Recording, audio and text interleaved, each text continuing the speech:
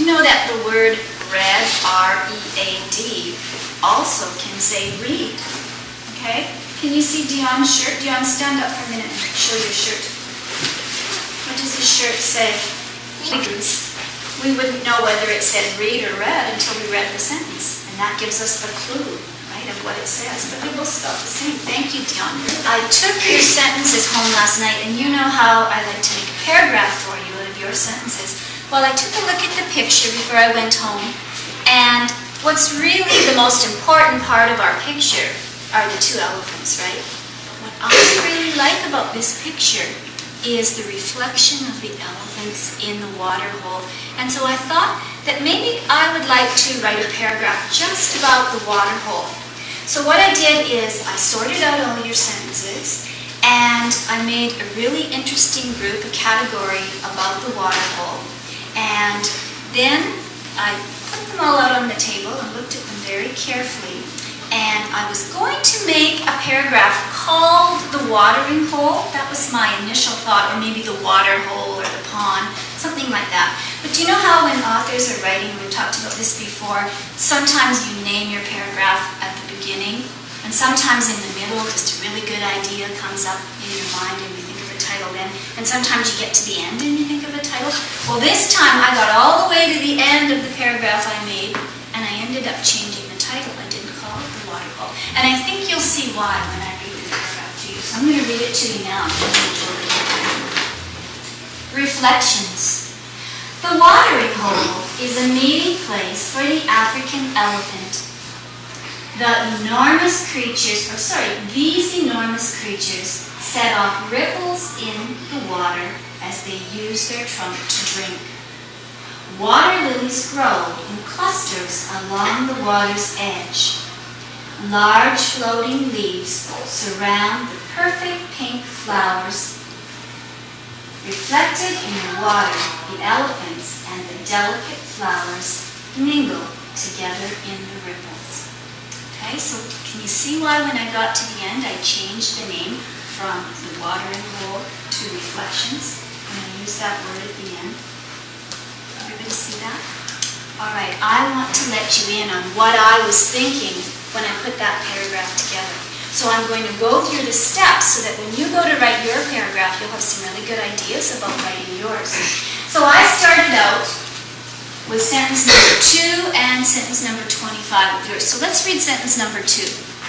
Elephants are walking in the water hole. And number 25 over here says, an African elephant is standing in the water. Now, both of those sentences are about the elephants at the watering hole. I couldn't really find in all of our sentences one that was just perfect to use for my opening sentence. So I took those two and I wrote this. The watering hole is a meeting place for the African elephant. So what I added into your sentences was the word African, and I also added in the words meeting place. And those two words actually came from one of the books that we read about elephants, so it was in there and I kind of borrowed it from the book.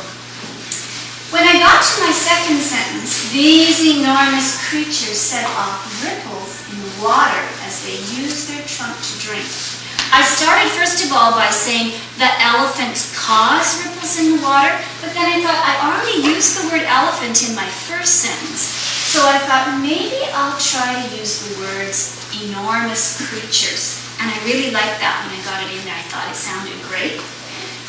I changed the word cause to set off, because I could kind of imagine when the elephant put his trunk into the water and it would set off that little wave of ripples. And so I kind of changed those words around and cause became set off. All right? So most of the rest of that sentence came from your sentence number 17. All right, and that sentence, let's just read it together. There are ripples on the water. And that's where we got the word ripples from there. Okay, when we got to my third sentence, can you read it with me this time? Water lilies grow in clusters along the water's edge. I used two of your sentences that time. I used number 1. Can you read that one with me? There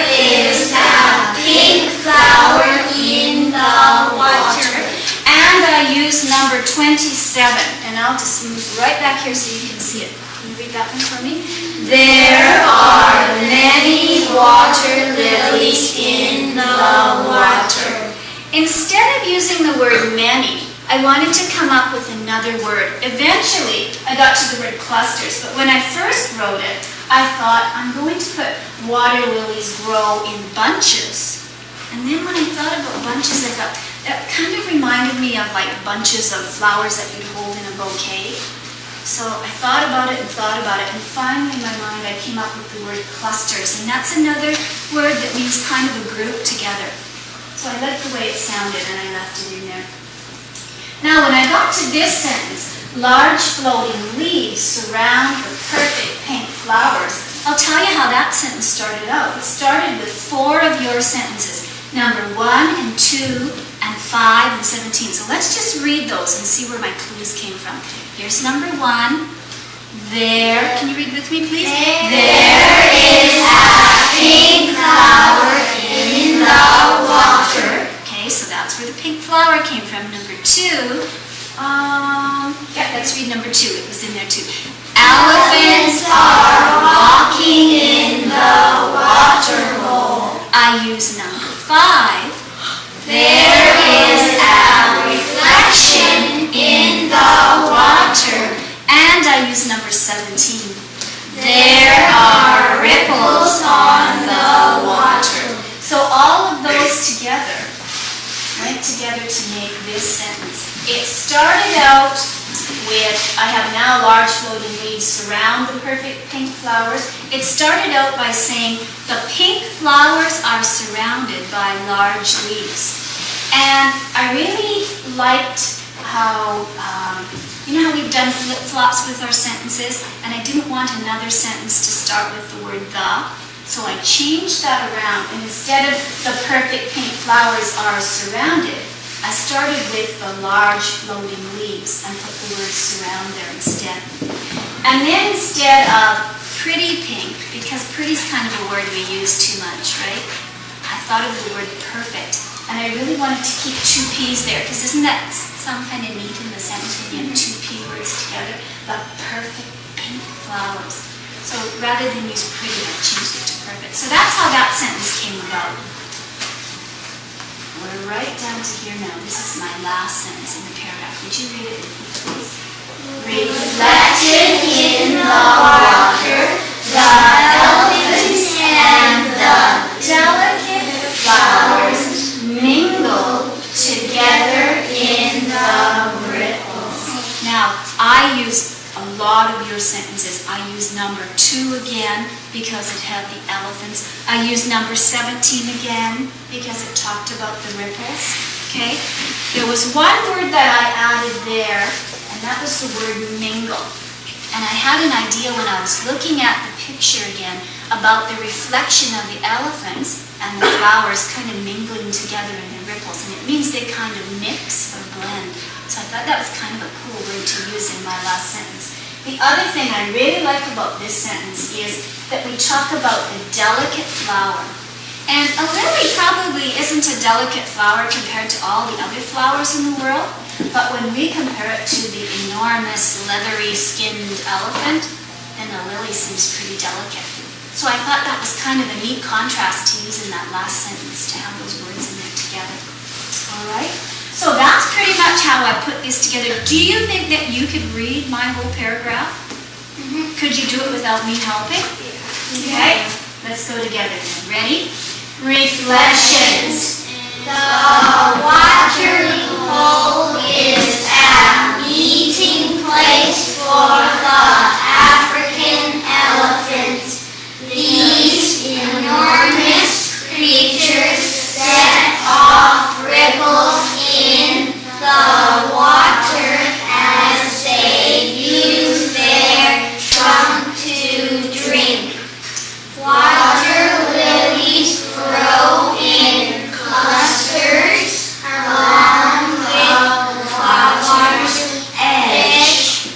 Large floating leaves surrounding the perfect pink flowers reflected in the water.